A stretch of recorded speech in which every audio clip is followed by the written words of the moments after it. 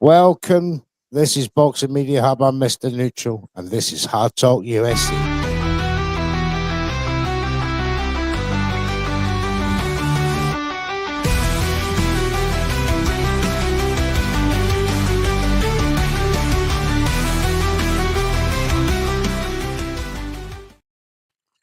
Welcome, it's your boy, Mr. Neutral, and it's the Sunday episode 24 of HardTalk USA.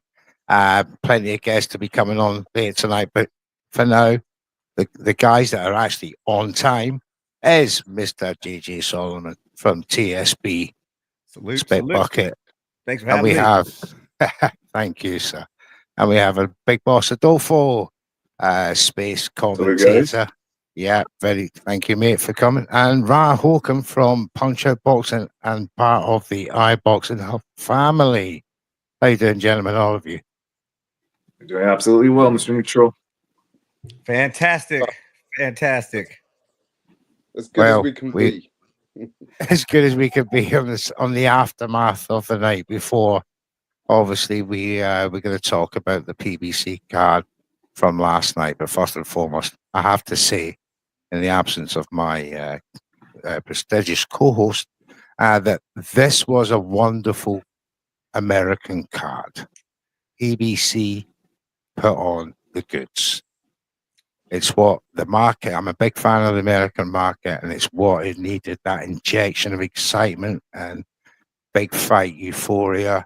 And, first and foremost, after, I'll come to you first, JJ, on your side of the pond. Tell us, how important was that? And first, any representatives of the fight?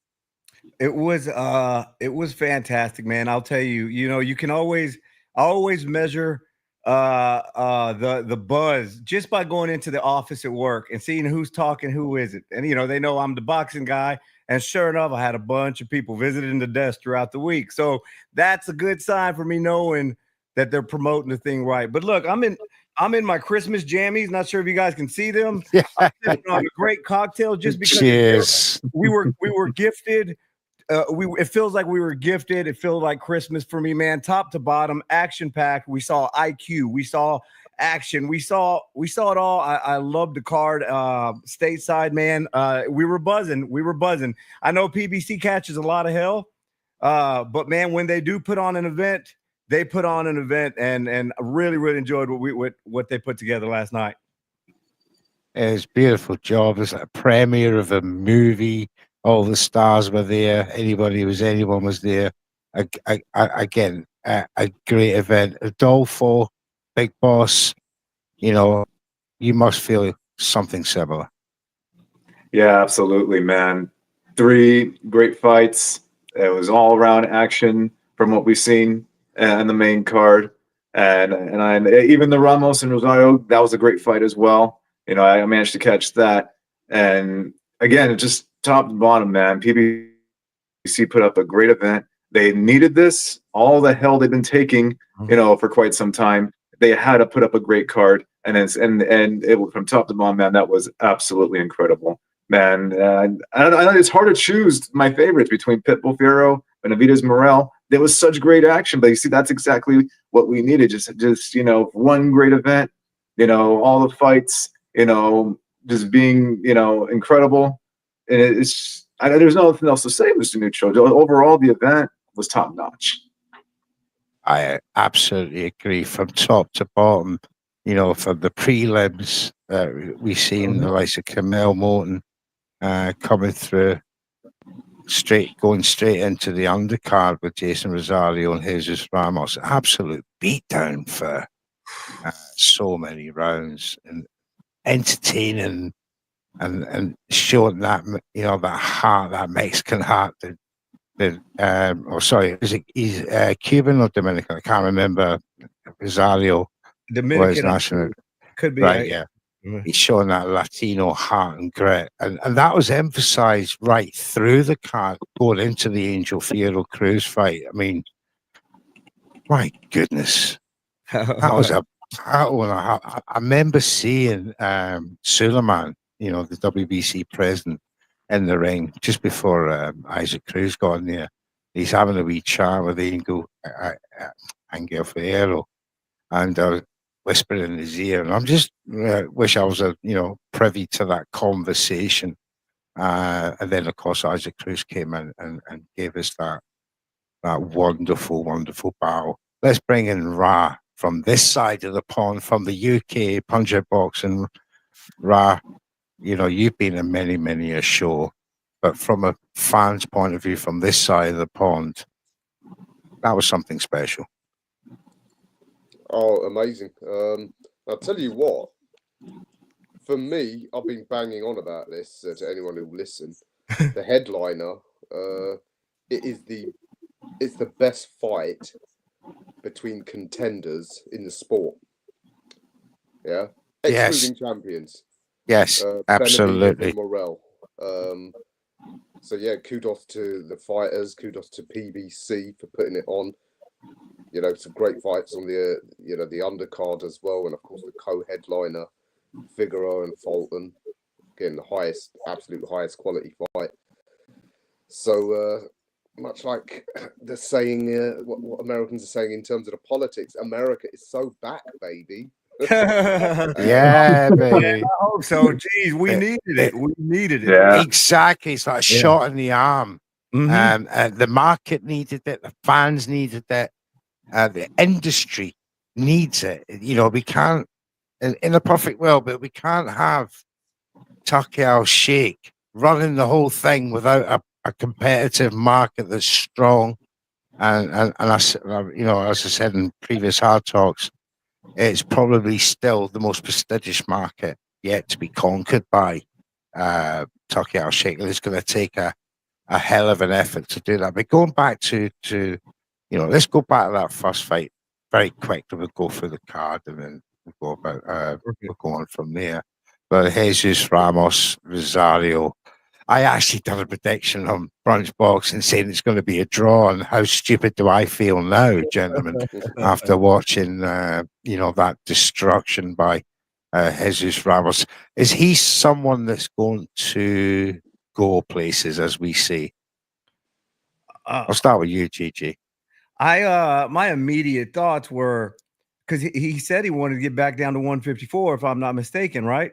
And my thought is, why, man? 154 is absolutely exploding with talent, current talent, legend talent, future talent. There's talent everywhere, and it's a tough ass division. While 160, we've talked about it for a long time now. It's a very vulnerable, low hanging fruit. I'm not, with respect to Janibek and I'm I'm talking the other. Thomas? Carlos Adames. Carlos Adames. Shiraz. Yeah. With respect to them, it's a very penetratable division. So my immediate thought was, I think he can make a splash at 160. Going back to the damn fight, though, I just don't know how Santos let that fight go on for so long. There were so many points in the fight where I just felt that Rosario was just out of there. He looked defeated in the corner. It just looked like he didn't want to be there. That was one of those fights where you might put a question mark on, did we let it go a little bit too long? I have to agree with that, because and Adolfo, Big Boss, I'll bring you in next on this. From my point of view, that looked like a man who'd been beaten up, and it is like he's lost a bit of his manhood at the end of that fight, because the poor boy was heartbroken and tearful and everything, and swollen up. I just felt so sorry for him. What do you think, Big Boss? Do you agree with Gigi that fight should have been stopped a long time before that? Yeah, absolutely, man. Rosario just looked too green against someone like Jesus Ramos, because he kept applying, pressure on him throughout the entire fight. Multiple combos, every 5-6 seconds, and of course with the knockdown in 7th and then the stoppage in 8th. Yeah, I agree. Should have been stopped even before the first half of the fight finished, because again, Jesus Ramos, man, he looked like a professional in there, and again, Rosario just looked too green in that fight. So yeah, no, definitely Jesus Ramos. There's plenty of talent down at 154. Should stay at 160, man. You should, just try to go for a world title against Janabek and Adames, those kind of fights. That's what he should reach for, that top right there. But yeah, other than that, Ramos, man, he had a tremendous performance. Absolutely. Now, if we're looking at Ramos at 160 from a British point of view, and let's see, we're a bit more level-headed and be rational about these things. Should he stay at 160? But the competition is ambiguous compared to what we know about 154, what you're up against. It's such a really high standard in comparison, but the money is there. Is there very little money at 160 for Ramos, or do they want to see if they can go that, let's grab some cash while we can at 154? What do you think? Yeah, but the queue at 154 is so long, though. How long is he going to have to wait, and how many hard fights is he have to go through to get anywhere near them big money fights? On top of that, the division seems to be held up, partly by Bud, and I'm a big Bud supporter, but he's hedging his bets. He's got 1 foot still with the one, his WBA belt. Fundora seems to be holding out for Spence's return again. Not hating on it. It's a huge fight in Texas. So how long would he have to wait? He is 23, so he's got time if he wants. But in the meantime, what's he going to do? Stay inactive? Is he going to have to take harder fights to try and get there and then risk losing? Facts. Yeah, it's a bit of a dilemma. I'm inclined to think.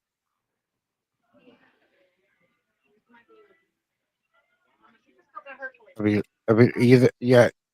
there, Ra? I think you're muted or something, Ra. Are you muted, Ra? Oof. Yeah, Ra, I think you're muted. It looks like he's making some excellent points, though. Yeah, I can. His lips are moving rapidly. We have it. We have a couple of guests who have come through. Mr. Bantam Boxing himself, Rico, the only one in Rico, part of the iBoxing Hub family. How are you, mate? Not too bad, thank you, Mr. Neutral. Good to be here on Mr. Neutral's Hard Talk. Yeah. Yes, loving it. How are you, bro? I'm very well, thank you, Rico. I love the setup. I love everything, man. Very proud of you, bro. This is really cool. Thank you. Also in the building, and big up to the panel as well. Yes, we have JJ Solomon from TSB. We got Lex Luthor. Big up to my guy Solomon. Big up to Lex Luthor Adolfo. I might as well change my nickname now to Lex. You know what it is? Because I was a massive fan of Smallville, and every time I see my guy Big Boss, I'm like, hey, yeah. So we're practically family out here. Ciao. Yeah. That's true. We also have I Foreman in the building, the one and the nephew, the one and only Mr. George Foreman. How are you, sir? I'm good. I turned my, you know what? I turned on the watch. I turned my camera. I turned it off because I'm walking around. But I'm actually shopping for paintings because I want more shit in my house. So I'm actually. I like your style. I love it. I love a bit of art on the man. That's brilliant stuff. We were just the drink section because I need from my bar area. I need. Hey, your Wi-Fi is terrible. Oh yeah, absolutely, probably. But as long as you can hear us, we can hear you. That's fine. We were just touching on, guys, about last night's card. We got to the first fight. Jesus Ramos versus Jason Rosario. Bit of a beatdown. Shouldn't have gone on too long. Rico, you did a watch along. Did you agree with that assessment? Do you know what it is? I've never even done the watch along. Because oh, you didn't do one. Did you watch the fight? I did today. All right. So good. I watched the fight today with Morel and Benavidez. I saw a couple highlights for a couple of cards, a couple of fights on the undercard. Thank you very much, Jamsey. Big up to Boxing Media Hub, man. I love you lot, man. Real talk. Thank you, Rico. What was I gonna say? Yeah, I was coming back from the Adam Azim show yesterday. And to be honest with you, because somebody was mad at me, this guy called Brian, man. Brian was fuming. So, because I just thought it was a little bit overpriced, didn't it? You know, like, Yeah. I mean, you know, we're here in the UK. This is my opinion. You were talking from an American fan point of view, point of view, and even a British one as well. I'll be real. I don't pay for anything here. The 1999 bothered you. It never, because I was born in the early 1900s, so I'm all right.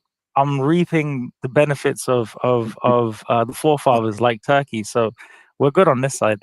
But that's good. Wait, what was I going to say? Yeah, so Brian was hella mad at me, like, you know, I'm being negative about the card. I'm not being negative about anything. I just reckon it wasn't, you know, from an American fan perspective, it's not worth $80, bro. I'll be honest with you. AJ could fight tomorrow. I'm not paying £60 to watch him. I'll be frank. Let's talk. We'll talk about that in a minute. But just before I want to bring in Foreman, you know, you watched Foreman that card last night. At the start of the show, we said what a wonderful card, what wonderful matchups, great production. It's what American boxing needs. It's what the world needs to see on a global stage. You know, bearing in mind that the British economy is far, far different from the American economy, where high wages, high prices, compared to the British low wages, low prices. These two markets can't meet. You can't compare the two.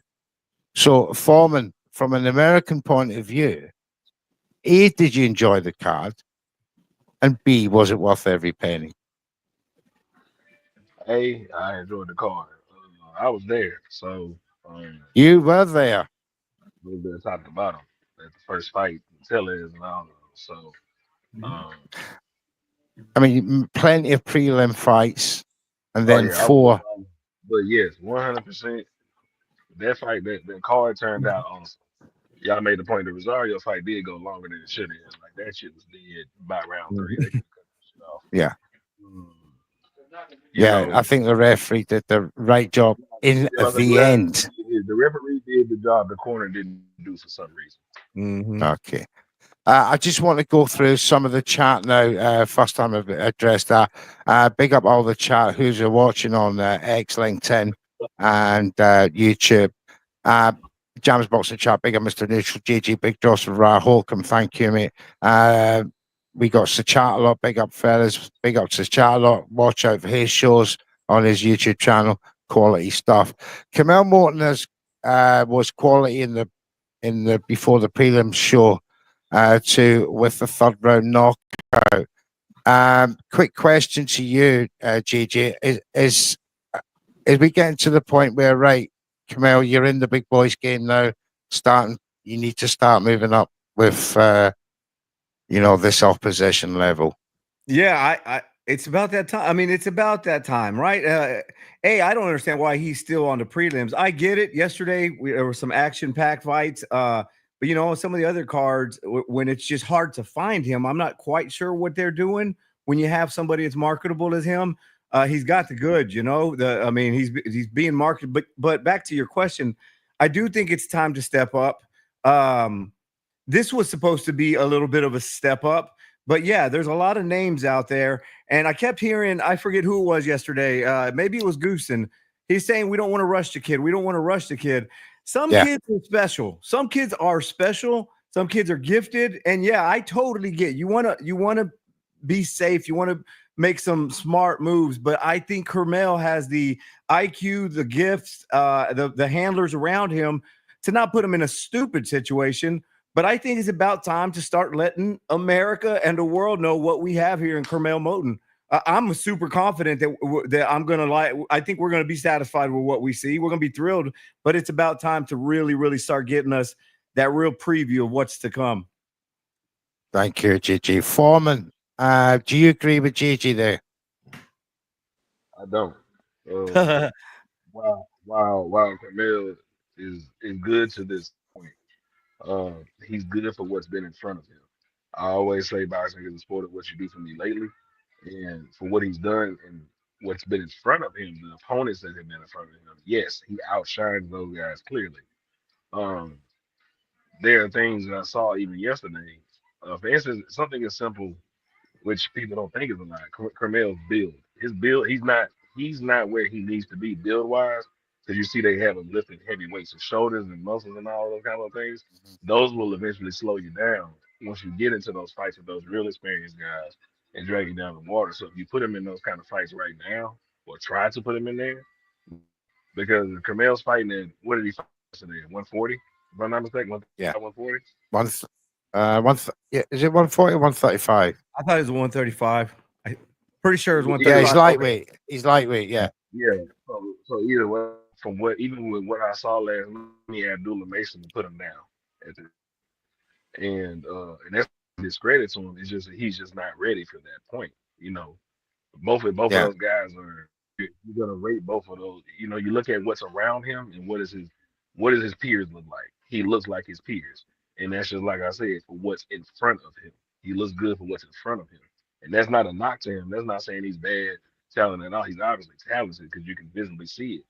But he's only as good as what's in front of him. Until I'm not saying rush it now either.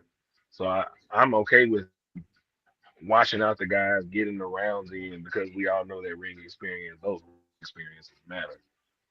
So nah, I'd rather keep them doing what they're doing right now. I just want to just real quick before you go on to the next one. I think Foreman and I actually agree, and maybe I just didn't articulate what I was trying to say. I agree 100%. You don't want to start talking about the Abdullah Masons or anything like that just yet. I just mean next step, maybe not on the prelims. I don't think many levels, isn't there? Yeah, for sure. There's still a lot of holes in this game. We saw him actually get touched yesterday. No, I agree. I think they're moving him smartly. I just think we're there now. And I was gonna make one more point to the first thing, but no, I do agree with Foreman. I just think I may have articulated it right. I'm not saying it's time to throw him in there with the big dogs by any means. It's just it's just time to start just turning up the heat just a little bit. That's all. I agree with that as well. Did he miss weight in his last fight? There was also a couple of ounces. Was that when he tried to fight on the Danny Garcia card? The 17 pounds. It was 17 Oh dear. Oh yeah, 17-pound job. There that was the something one. going on with the commission or the whoever. It was a blood test, wasn't it? Something like that. And blood It's test. called corruption, allegedly. He went back and apologized. I love it. Forgot about that. I love it. Just go back to the chat very quickly. Hawkins Ringside Live. Big up Mr. Neutral, Ra, GG, Big Boss, and everybody else. Salute to everyone in the chat. Jams, Hawkins, the chat. Joe Furman. No, you spelled that wrong, son. Hawkins. Isaac Cruz versus Angel Frio. What a great Mexican war. And that brings me beautifully onto the next fight. Let's start with Ra. From a British point of view, Punch Out Boxing, your media. What did you witness with those media eyes? Cruz, brilliant fighter. And I'll tell you what, he's a serious threat still at 135. I don't know whether Tanks haters have been trying to discredit him, but because that fight was at what, 138? So I guess technically it's 140. Oh, was that a catch weight? Yeah, but I think he can make 135. Yeah. Well, he's done it before. I mean, I felt he was about to. You mean like Tanks haters? Yeah. You mean people who have opinions on his bullshit? Uh-oh. All right, let's not make this about. Let's keep it clean. Anyway, No. Isaac Cruz, still a serious threat. Sorry, Padre, I do apologize. I mean, people who have opinions on his nonsense. Yeah, pity he couldn't take the Ryan Garcia fight because I'd actually fancy him to possibly do Garcia. Yeah, I think he. I just hope he's not just used as like some sort of sort of I think secondary fighter for high bigger level stars. journeyman sort of thing. Because if he went back to 135, I'd find it hard to believe he'd win a title, let alone 140. Yes, but it depends it depends who they're getting. But I mean, look, a lot of the best fighters at 135 are going to probably move up to 140 sort of in the next year or so. So him being so short, I mean, he's going to find it harder at 140 potentially in a year or so. It's a problem. Like I said, I think he deserves better than to just be used as a gatekeeper for bigger stars. So I do hope they maneuver him back into a world title shot. Thank you, Ra. Rico, is Isaac Cruz overrated by that performance when many people thought he lost that fight? What do you think? I really like Isaac Cruz, man. You know, I think I didn't actually know he could still make 135. I thought he was just 140 all the way there. But no, man, I think he's a really good fighter. I like his style. I like, he's somewhat reckless in some aspects, but there's always that kind of, there's always that ingredient in the old Mexican style. Not really much to say, to be honest with you. Like, he's not really kind of not grabbing. I want to say done anything. Like, no one's really fought each other. Do you know what I mean when I say that? Yes. Like Cruz, because obviously Cruz has fought Tank, but Tank got him when he was, greener than he is now. And yeah, he's been a champion at 140, but he's not really, it's not really. I don't even know who his opponent was. Angel Fierro. Now, who the hell is that? Respectfully. No, because you know what it is. People are like, respectfully, because people. This is what I'm trying to say. Like, people are like, 25-1. No, but people are like, UK this, and this, or whatever. No one knows Euro bums. I'll be real with all of you guys. No one knows any of these people, bro. I'm sorry, mate. I have to beg to differ. I don't know. Nah, but I don't want my, it's not. I hope I don't come across as ignorant, but now that I've seen them fight, I know that they're good fighters and contenders. No one knew that Cruz was a contender till he fought Tank, right? Mm-hmm. Then he became a world champion, and you have to climb your way up there. Let me bring Mr. Foreman in here. I mean, Cruz, Fierro, Foreman. What? First and foremost, what a beautiful war that we witnessed. But do you feel that Cruz gets hit a lot and is just like basically food for a lot of people at this time? He's been food. There was never not a moment that he was not food. Even though Tank injured his hand in the fight, he showed he was still hittable in the same space. He'll never not be food. It was the reason why, we have all this on record. He turned down the fight with Devin Haney. He turned down the fight with Shakur Stevenson. He turned down the fight with guys who were like, oh, okay, you just fought Tank, but bet we'll get you another payday, right? And that's why we gotta go back. Like Cruz is the same. Well, I ain't gonna say the same because he proved himself.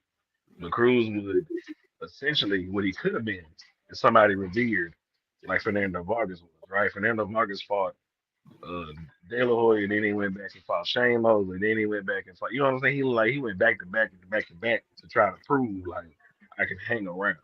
And Cruz has not done that. Because Vargas could box. I have I didn't mean to interrupt for him. I don't know if you're So Foreman's saying exactly what I was saying. Basically, he's not done anything. Yeah, I agree 1,000,000% with Foreman. And look, you're talking to am I mistaken? I'm the only Latino on the panel today. Look, no, I'm 10% Latino. I am as well. Well, Lex, don't do that. Rico's related to everybody on planet Earth. I'm 10% Latino, brother. You carry on. Lex Luthor is no, I'm just kidding. No, anyhow. Look, It's all good. Pitbull is what Pitbull is. You know, I'm a traditionalist. I love boxing. For example, I wasn't crazy about Deontay Wilder's run. You know, I just didn't like the looks of it. I don't like watching a Ryan Garcia fight. I don't like watching Rolly Romero fight. The Navarrete, just in weird, awkward styles that somehow are successful. Now, don't get me wrong. What Cruz has turned his life completely around doing what he does. That's coming forward, throwing hooks. But the man doesn't set up punches. He doesn't throw a jab. Now he continues to prove me wrong in the fact that like he keeps beating these guys. I know kind of we were joking around who the hell was Fierro and but he's a professional boxer. I wasn't even joking. That's a legit question. No. Hey, listen, Rico, you carry on, Gigi. I was working some parlays yesterday, and I even tweeted, "What do you guys know about Fierro?" Because I didn't know a whole bunch. But when you just look at what did they say? Nothing. Nothing. Oh no, Rico, you're making Rico look good here. We can't be having that. Hey, but like here's the thing: when you just look at the measurables, right? You look at height, you look at reach, you look at shit like that. Pitbull shouldn't be winning these fights, and he somehow figures out how to get inside and land a big shot. But it's crazy. Like Norman said, he gets hit. And there's a reason he didn't fight Shakur. There's a reason he didn't fight these guys. There's a reason Angel Fierro, I scored the damn fight a draw. There's a reason Angel Fierro looked good yesterday because Pitbull Cruz is what Pitbull Cruz. Can you imagine Pitbull Cruz in with one of the I appreciate his story. I appreciate his hustle. A salute to him. He turned his whole life around as a boxing fan of the sweet science. I know the whole Mexican style and all that, and yeah, that was a war, but that's just like watching two American football offenses going at it with no defense. It doesn't do anything for me as a fan of the sport. Well, what's that in like a real sport, like football? That would be like the listen. Just I don't know, man. Somebody help me here. Take the notes that we got. Big Boss, do you agree with JG? Yeah, with Pitbull, man, I absolutely love Pitbull Cruz. You know, he's an excellent fighter coming forward all the time. It's just, I do agree on the aspect that when he faces a fighter who has a long reach and size advantage, that becomes a problem for Pitbull. We saw what happened with Tank. We saw what happened with Valenzuela. If they use their size and reach, they will use that jab, set up that jab, and that will send Pitbull back to delay whatever he's going to come up forward. And the fight with Fierro, man, was an incredible fight. Both action-packed, both Fierro and Pitbull. You know, the counters by both of them, man. It was a war zone, man. And I guess my only concern with Pitbull is his power. You know, I thought maybe he did at a couple times, you know, stumble Fierro a bit. But again, Fierro kept up on his feet, man. He had a lot of heart in that fight. So yeah, that's my only $80. You really good to answer that question. We'll get back to that. I feel like it's a valid question. Ask the Americans. Was it worth $80? And listen, my answer to that, Rico, is when you look at a card, right? It's a yes or no question. We got a glimpse of the future. The main event, not only was it a great main event, but it also gave us direction for the future. So not only was the fight a fun card to watch, it meant it was significant in the boxing world. It made the sport move forward. It answered questions. Wow. So that's for me why it was worth the $80 easily. I really like you, JJ, man. I like you. I'm just He's a lovely guy. I really like JJ. So what I'm going to do is I'm not going to be my usual self. I'm just going to ask the question again and ask for a yes or no answer. Was that worth $80, my American compatriots? It was for you, JJ? Okay. Yes. Absolutely. Right. Big Boss. I mean, $80. As a boxing fan, of American dollars. Do not think British pounds and British economy. American dollars. I'm telling you all right fucking now. Sorry for my language. Right now, I will never pay £60 to watch Anthony Joshua fight at home. But if you're looking for names, you're just talking about a name. I'm talking about the quality of the sport, of the fights we saw, and what it did. There you go. Like that's the difference between Americans and the Brits. Okay. And that is the mentality. All right. All right. Also, Rico, Okay. Rico, It's you like That's what I don't get it. identify with the In Americans, America, because they're there's paying more. $12 for Okay. a box of eggs. Yeah, Yes, $12, $12 which for a is box of eggs. £10, £9 in So Britain. that It's a that's what different they're used to economy, paying. Rico. You have to accept that. It's you know, we're like Russian rubles to the Americans. And, What? you Because know, we want to pay less. I'm sorry if I want my value for my shit. yeah, but you pay. but Well, Rico, let's close it off very quickly. You pay less rent than them. You Sorry. pay less tax. You pay less food.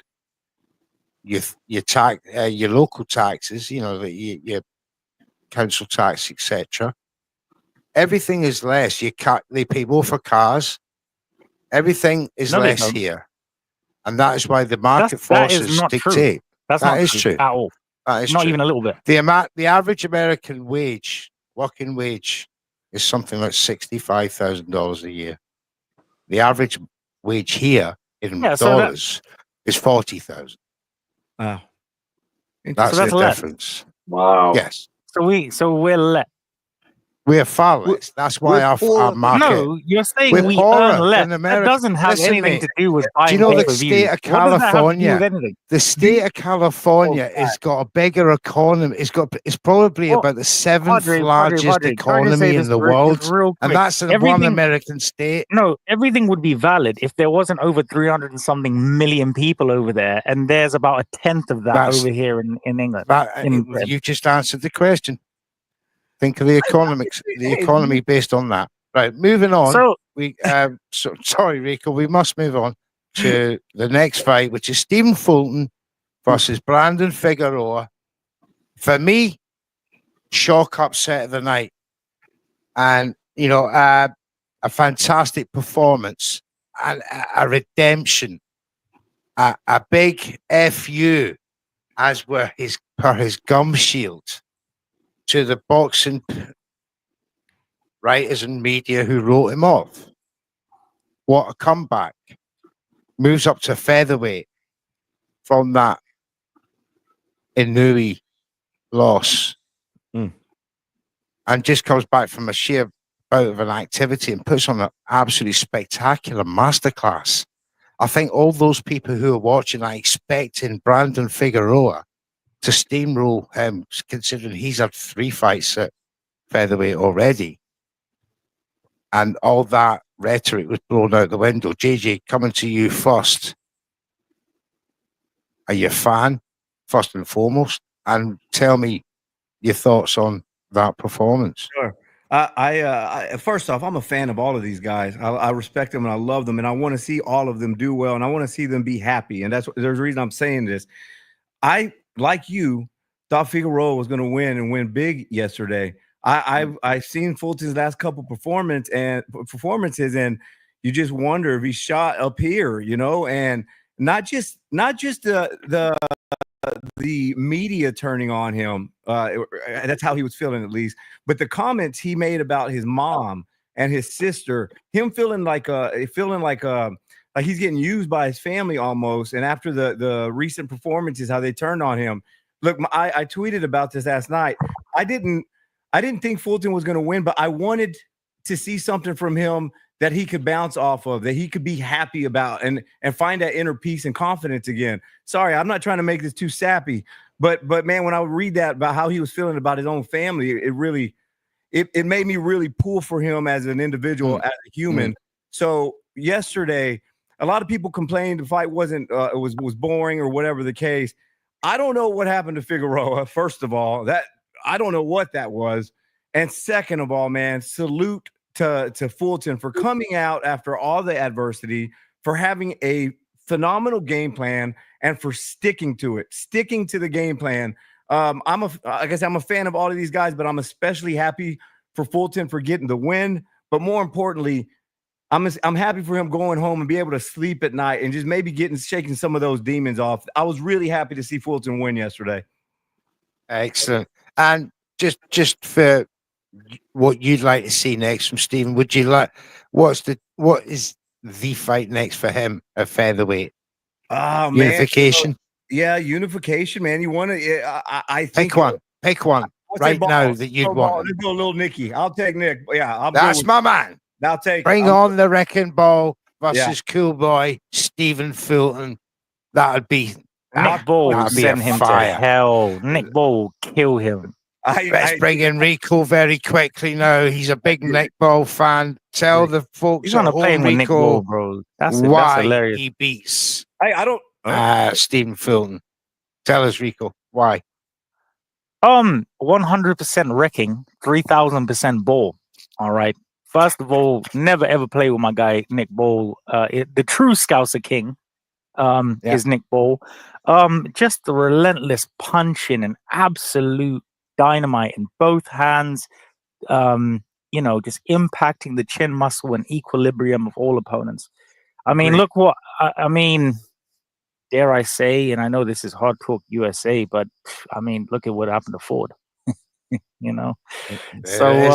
it is. I mean, yeah, Hey, I just can't wait for Nick Ball to have. Tell Big Boss. Tell Big Boss. No, Big Boss knows this extensively. I just can't wait for Nick Ball to chin Inoue and become the Emperor of Japan. And Inoue's not happening, Rico. I'm sorry, buddy. Oh man, but no, I agree with everything you. I hate to do this on the first meeting. You don't want to just give all of yourself. Thank you, Rico. You're welcome. But yeah, Nick Ball chins absolutely everybody over there, bro. Can't lie. Yeah, I don't think it'll end pretty for Fulton. I hope that didn't get mixed up either. Him and his ponytail.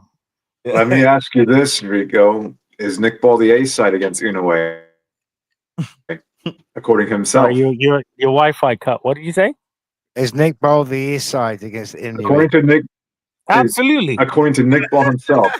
Absolutely. Whoa. Where would he be the A side?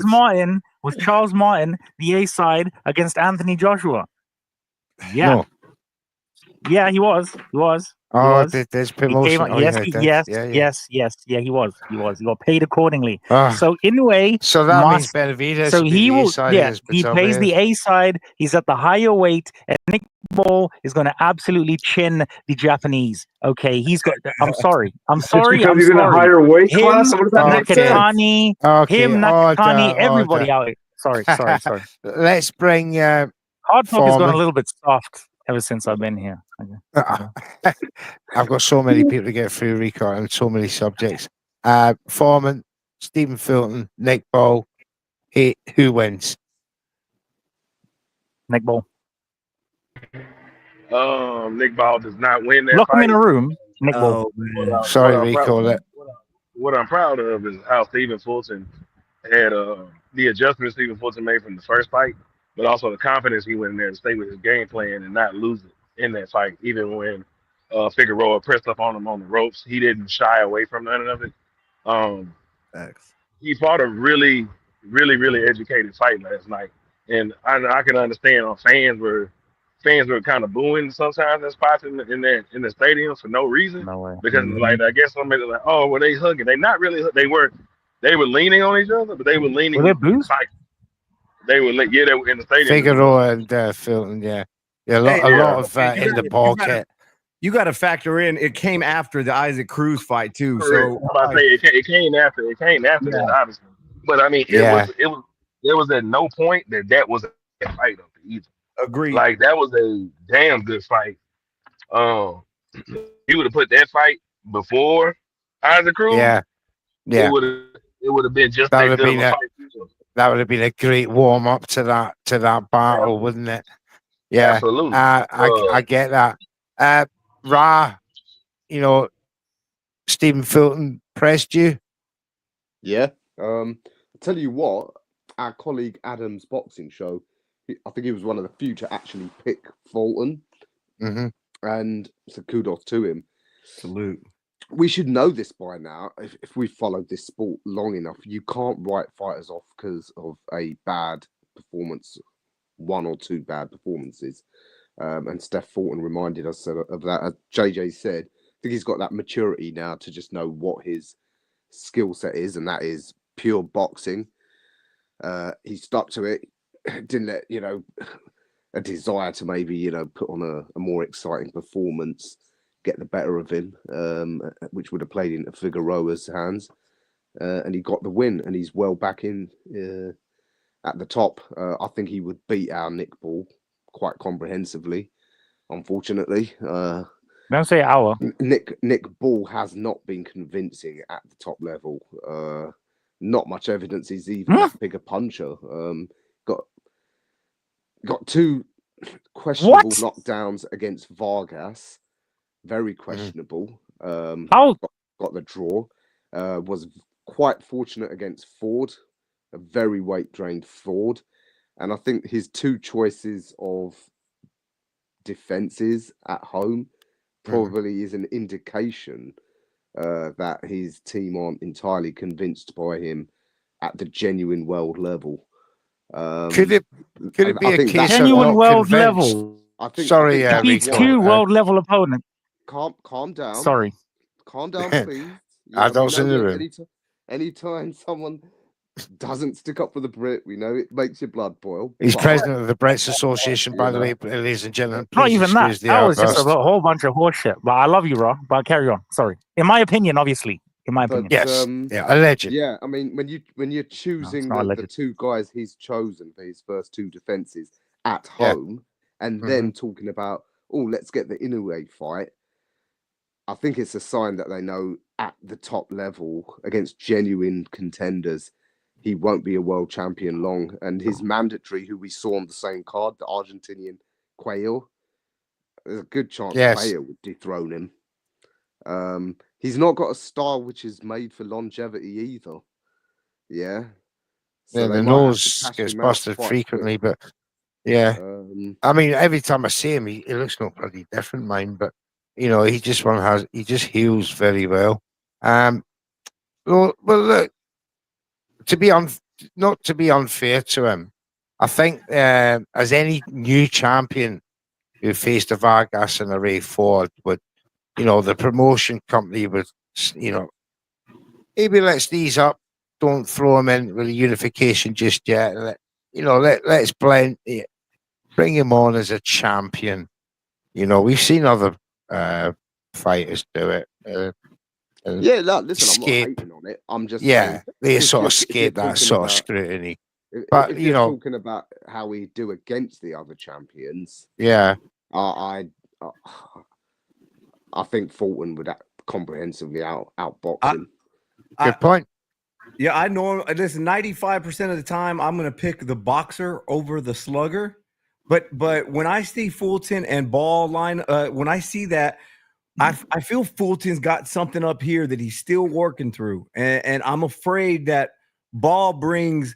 I'm not talking about Ball against any of the other champs. Ball against Fulton. I love Fulton's style a million times more. I just wonder what he's going to do with the pressure that Ball presents, and if he's got the mental fortitude, capacity to get through it. We saw a step in the right direction yesterday, but that's why I would pick Nick Ball over Fulton. Just the mental aspect of it, man. Can I just say something, JJ?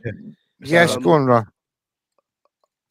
I think Brandon Figueroa is a more effective attacking force and a more skilled attacking force than Nick Ball. Not from what I'm hearing last night. Those American Southwestern fighters, as pressure fighters, are considerably better than Brits in that regard. I would expect Figueroa to actually come back as well. Incidentally, people are going to be shitting on him now, as fans do.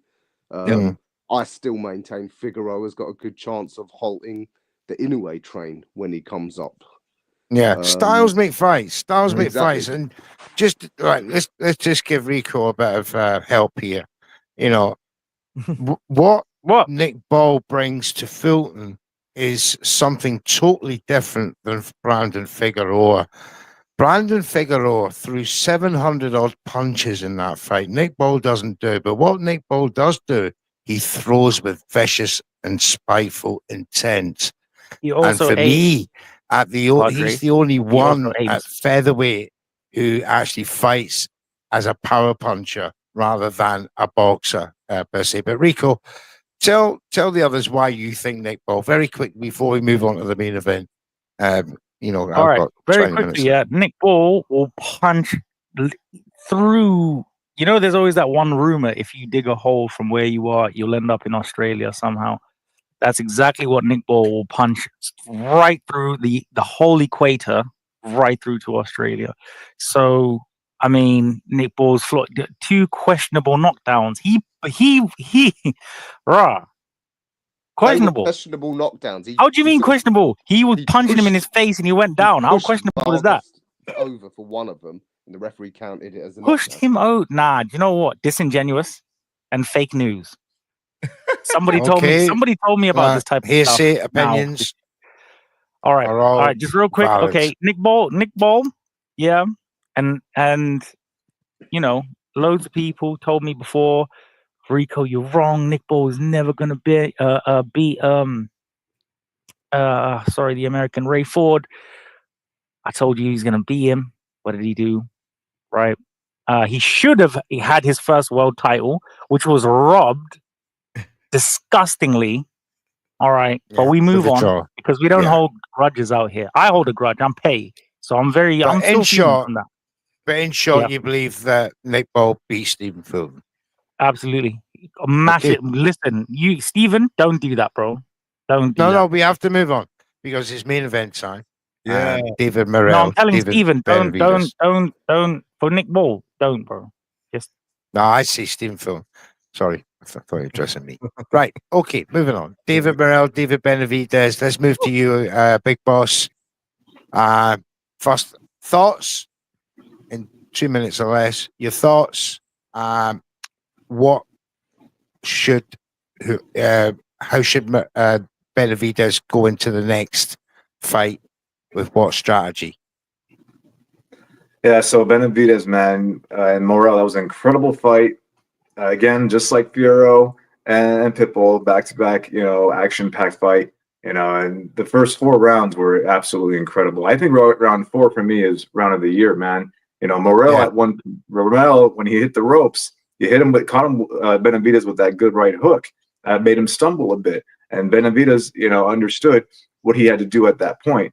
And then the shameful part though about Morrell was when it hit the mid rounds, his output stopped, and in a few occasions, Benavidez was just hitting him with volume of punching power while he was defending himself. The problem was he could have done some counters like he did in the first few rounds, but he just stood there like a statue and just absorbing everything. And I think that's what lost him the fight as well, because of the amount of punishment that Benavidez was putting him up. Yeah, he's constant, wasn't he? And then round 11, it wasn't a knockdown at all. I did see a close angle from someone posting a video earlier. Morrell didn't even hit Benavidez at all. It's just Benavidez. He lost his leg. The shoulder. Was it the shoulder? Yeah. Mm-hmm. Yeah, hit him in the shoulder. It's still a target. It's still a target. It's a scoring target. It's counted as a knockdown, unfortunately. What didn't help David was his tripping over his own feet. But, how's he got to do against the winner of the top Evan Bivol? Man, I mean, look, Morrell, he found some gaps in Benavidez's game. Now, someone like Bivol, he'll do what Morrell did, but better.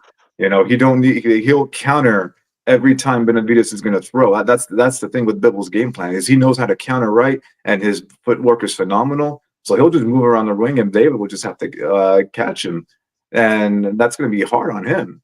And as for Beterbiev, if it's Beterbiev, well, you know how Beterbiev is. He's just gonna pressure you with so many hard punches, and it's just a matter of who's going to get knocked down. And we know with Beterbiev, he can absorb those punches as well. It's going to take a lot more effort for Benavidez to knock this man down.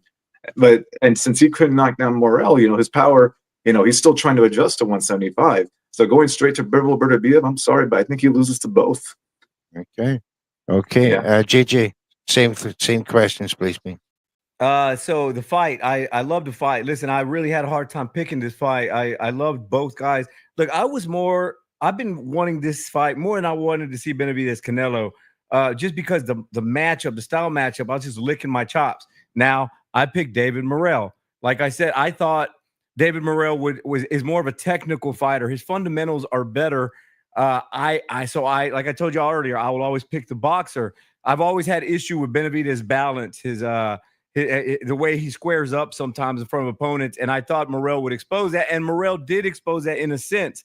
There was some moments where Morrell had showed the vulnerabilities in what David Benavidez brings. With all that said, David Benavidez shut me up yesterday. He really did. He's just got a gas tank that I just don't know how a kid that was 250 pounds when he was 13 years old, how he has this gas tank that just gets better and better as the fight goes on. Now, I loved the fight. It was a hell of a fight. I would love to see a rematch, all that good stuff. I was a little upset because I knew the fan reaction would be ridiculous. People either saying things like, oh, Benavidez struggled against a man with 11 fights. Stupid take. Morrell is great. I'm glad the world got to see it. With all that said, now, your second question about Benavidez versus Bivol or Beterbiev, I agree, Adolfo, what you said about Bivol. However, I don't think Bivol has that knockout threat that Morrell had. And I don't know that I would love to see that fight, dude, because like you said, there's an element of Morrell in Bivol's game. As far as footwork, he does better than Morrell. Just angles, that sort of deal, he does better than Morrell. But does his power, is that enough to get Benavidez respect? I don't know. If I had to pick, though, I'm picking Bivol. I'm also picking Beterbiev against Benavidez. But, dude, Benavidez keeps proving me wrong. He keeps proving me wrong for the longest time. I do think Canelo's ducking Benavidez or avoiding him. I don't like the word duck. I never understood why, because I thought Canelo would beat Benavidez. But yesterday's performance showed me something where I'm like, I think that might look a little different than I always have thought it would look. Benavidez keeps proving me wrong. Thank you, brother. Thank you. Ra. I'm so happy Benavidez got that win. I like both guys. Incidentally, I think they're both brilliant contenders. As I said, I think this was the best fight between two contenders in the sport. You know what? I think Benavidez, I'll give him more chance against Beterbiev than a lot of people do. I think people are going overboard with this Beterbiev worship. Yeah, he ain't the supreme destructive machine people are talking about him as. He ain't that much of a big one-punch hitter. And in fact, a couple of the opponents, British guys, Callum Smith and Anthony Yard, they describe it in those terms that it's more the pressure, the constantness of it. The constant yes, he's a hard puncher, but by light heavyweight standards, he's not a single shot hitter because we don't see him put people to sleep. I mean, Callum Smith described it as you're just constantly getting touched. Anthony Yard described it as it's like trying to escape your own reflection in, when you're looking at yourself in the mirror. Now, the reason I think David might have a decent chance against Beterbiev is at 40 years of age, Beterbiev is only going to get worse with every training camp. We've seen how injury prone he is. Unless he's got some special supplements to keep age at bay, if you know what I mean. He's only going to get worse. No, we don't know what you mean. He's a huge man at the weight. He's shown he's very durable. He's in the prime of his youth. I think he might be able to absorb a lot of that punishment, and with his own work rate, he might actually just be able to outwork Beterbiev. And you know what? Beterbiev, he ain't invincible when taking a shot. I mean, I personally thought against Bivol, who's relatively feather-fisted at that weight class. Whoa! In a few of the early exchanges, Bivol rocked him back. I wouldn't say he hurt him, but he stopped him in his tracks. Yeah, he checked him. Yeah. And again, this ain't hating on Beterbiev. He is 40 years old. You're going to have to expect that sort of thing to start to happen. But I think David, he's not the overwhelming underdog that a lot of people seem to think he'd Yeah, be he seems against to close Beterbiev. that gap. Right. Yeah. That said, that against Bivol, I would fully expect Bivol to do what he usually does, and that is UD. Yeah, quite UD is comprehensively, weird. because Bivol ain't ashamed that It's if he just the can't hurt a same. guy just getting on his bike and What do you mean he getting the can't job hurt a done. guy, bro? You Rob, heard what sure. I said. Did your I think it was opinion clear, about the just did- get mad about it. Did I'm your not opinion mad. about Benavidez fighting Beterbiev change after yesterday, or have you always felt that way about Benavidez, that he would present a bigger problem for Beterbiev than most people think? No, I've changed my mind after seeing yesterday, Yeah. because Agreed. if nothing Agreed, else, we know 100%. Morel is a big puncher. I would say It was for a a- single shot, Morel's Who a is he harder hitter than punched? Beterbiev. It was But a night of he couldn't put a dent on him. shocks like that. Who's Stephen Morel Fulton punched? really surprised me. Who's Morel punched? For this Other- type of analysis, what are we saying here? Who's gone down? Other 100. Nine of his 11 or 12 No, opponents. I'm not even going to see all of you struggle here. I'm just going to give my opinion in terms of Benavidez and how well he will do against Bivol and Beterbiev. He gets Okay, mate, pinned let's do it. by the bear wrestler, and he gets UD'd by the bear whisperer. I do believe. As short as that. Thank you. I do believe, Padre, and this is for the triple whammy, as it were. He said, and I quote, I might be paraphrasing a bit, "I'm not going to miss by chance like I did with Canelo at 168, even though I had so many mandatories. I'm going to go straight through because I don't know if I'm going to be guaranteed the winner at 175 here." All right. So he said, you know what? I'm going to straight for Zurdo Remy. Even though Zurdo is going to be fighting Jai Patayo. All right. Now, I want to say to you, Mr. Benavidez, I like you, bro. You're a good guy. Yeah. I think there's possibly some advertising in terms of weight loss and all that type of stuff. But if you think that you're going to fight Jai Patayo, bro, he will murder you. Beterbiev will murder you. See. Like, Worship, it's not man. me You being guys that gotta guy. Stop worshipping fighters like Yeah, this, man. Beterbiev Worship. being Moving dropped. swiftly What? on. Sorry, guys. Moving swiftly on. I want to bring Mr. Foreman's, last point of view on this. Mr. Foreman, great fight in your eyes. We were speaking today on the group chat. What did you take most out of that Benavidez performance? And has he actually closed that gap? Sorry, somebody got their. I think it might be Foreman. Yeah. That performance to me, just visually from the light heavyweight division for what we got right now, those guys prove that they are 3 and 4 in the division. There's no ifs, ands, or buts about that. And that's what 3 and 4 matchup is supposed to look like. Before the fight, both of those guys, I don't know if y'all did see those videos, but before the fight, I highlighted the positives that both of those guys do very well. And they did both of those things very well in that fight. David Benavidez continued the body work because he had to slow Morel down. He used a lot of lateral movement. He likes to go he likes lateral movement, up and back movement. And then Morel took his time with Benavidez at points as well by letting David get a few shots off, and then boom, biting him. Like I said, just that's how I compared Morel to a snake. And like where he just sits there, he waits like a snake charmer. He sits in front of you, lets you do your thing, and then he does bite back at you. And he did bite back at Benavidez, and he was the aggressor at points in the rounds.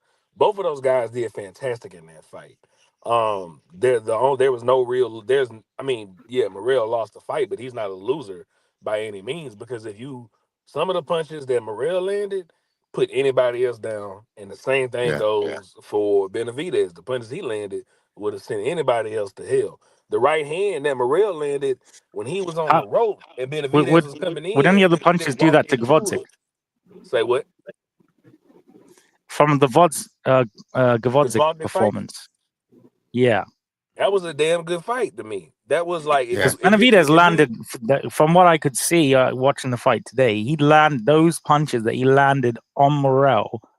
He landed maybe even more on Gvozdyk. He landed more punches on Gvozdyk to me than he did. I in get what you're abundance, saying. and I get what you're getting. Didn't send him to hell. He kind of looked like he was chilling.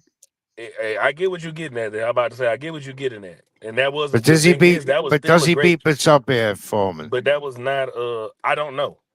To be honest with you, I don't know. Did that change? The thing is about here's the intangible thing about David. This is my second fight seeing David in person.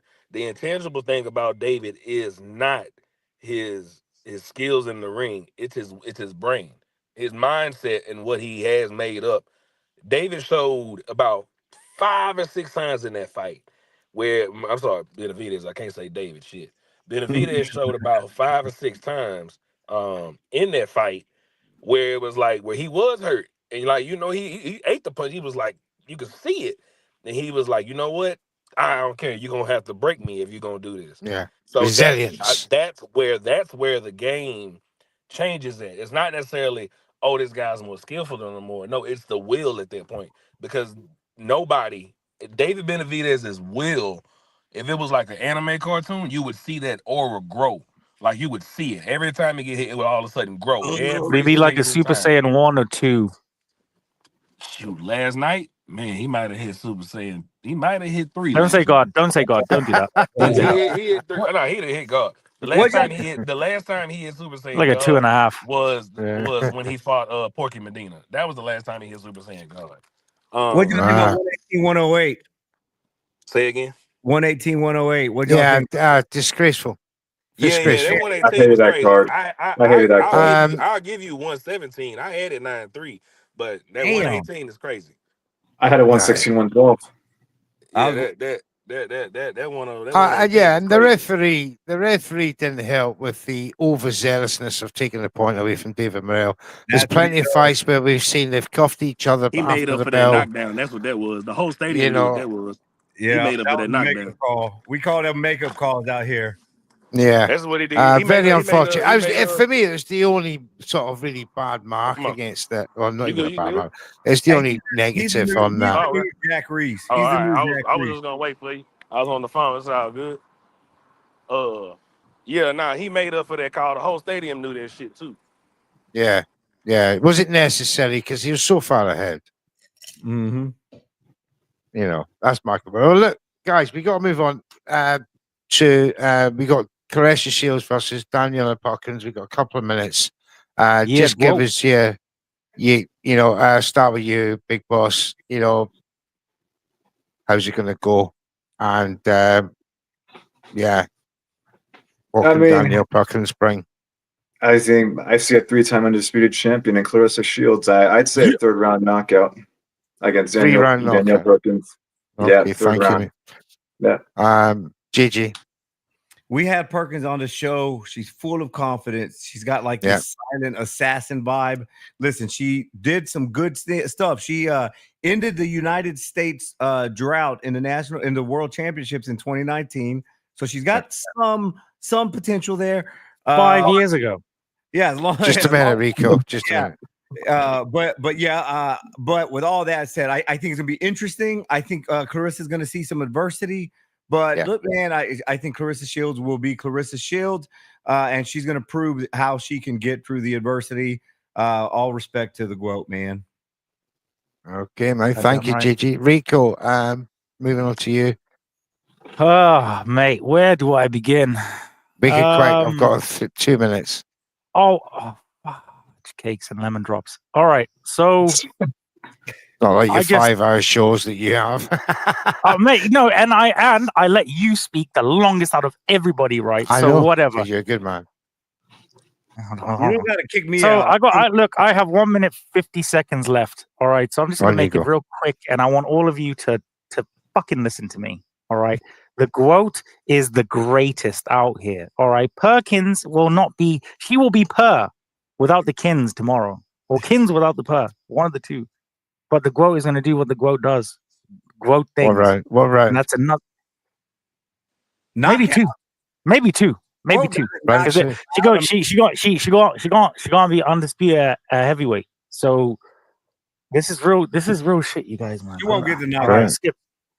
Whoa, whoa, Okay, whoa, whoa, whoa! What did you say? Jams Whoa, whoa, Boxing whoa, whoa, whoa, Chat whoa, whoa, says whoa, whoa! Shield Sorry, stoppage you within had 4, Perkins so on your show once. All right, sorry, Padre. This is your show. I don't mean to disrespect. But JJ, yeah, back he's, up. Pussy. I'm just kidding. yeah, he's bullying me on I my know show. you're kidding. Yeah, Are bro. you done? You done? Yeah, I'm Right. finished. Right. Rico's Easy win for obviously the quote. he's fanned out. He's gone for the big I'm not biased. knockout. I recognize greatness. 4 rounds. I think she'll get the job done. And good Okay. to see Clarissa back. The only woman with brings a bit of needle. Like I said, the rest of these girls, they all want to be friends with each other. Yeah, Yeah. hang on. Yeah. Right, Yeah, right. I seen that. You were a in the mean previous girl, innit, at school. Well, look, I'm going to give you maybe a shocking prediction, but I think Danielle Perkins is going to drop Clarissa Shields between rounds 1 and 3. I I'm gonna think tell her that. Clarissa. I'm gonna tell her that. I'll tell her myself. I think Clarissa gets up though. Now I'll tell her Um, first. Danielle will gas out by round 5, and then Clarissa Shields will stop her between round 6. She'll block you if you say that. Clarissa's like a walking oxygen tank for me. I reckon she might I produce just think oxygen. there's going to be a shot, and Danielle Perkins for me is probably one of the hardest hitting women out there, and she's going to feel it. Who's she hit though? Mate, she's not. Well, she's. Keith Thurman is running away from Clarissa Shields. Have you seen Danielle Perkins in the? Have you seen Danielle Perkins fight in the amateurs? Yeah. Who's Perkins? Keith. See, the you don't contract, do you. Keith. You don't know. You don't. Anyway, look, guys, I want to thank each and every single one of you for coming on tonight. We got Big Boss Adolfo following on Twitter, runs great spaces, does commentary for big fights. We got JJ Solomon in the house from the Spit Bucket broadcast. Thank you very much. Check them all out. Instagram. Great to meet you, JJ. We have Rico, Bantam Boxing and iBoxing Hub. Thank you for coming through, my pal. And Ra Holcomb from Punch Out Boxing and part of the iBoxing Hub family too. Thank you, all you guys, for coming through for supporting Mr. Neutral and HardTalk USA. This program is sponsored by Falcon Contracting and Jams Boxing Chat. I'm Mr. Neutral. This is HardTalk USA. Bye-bye for now. Good night all.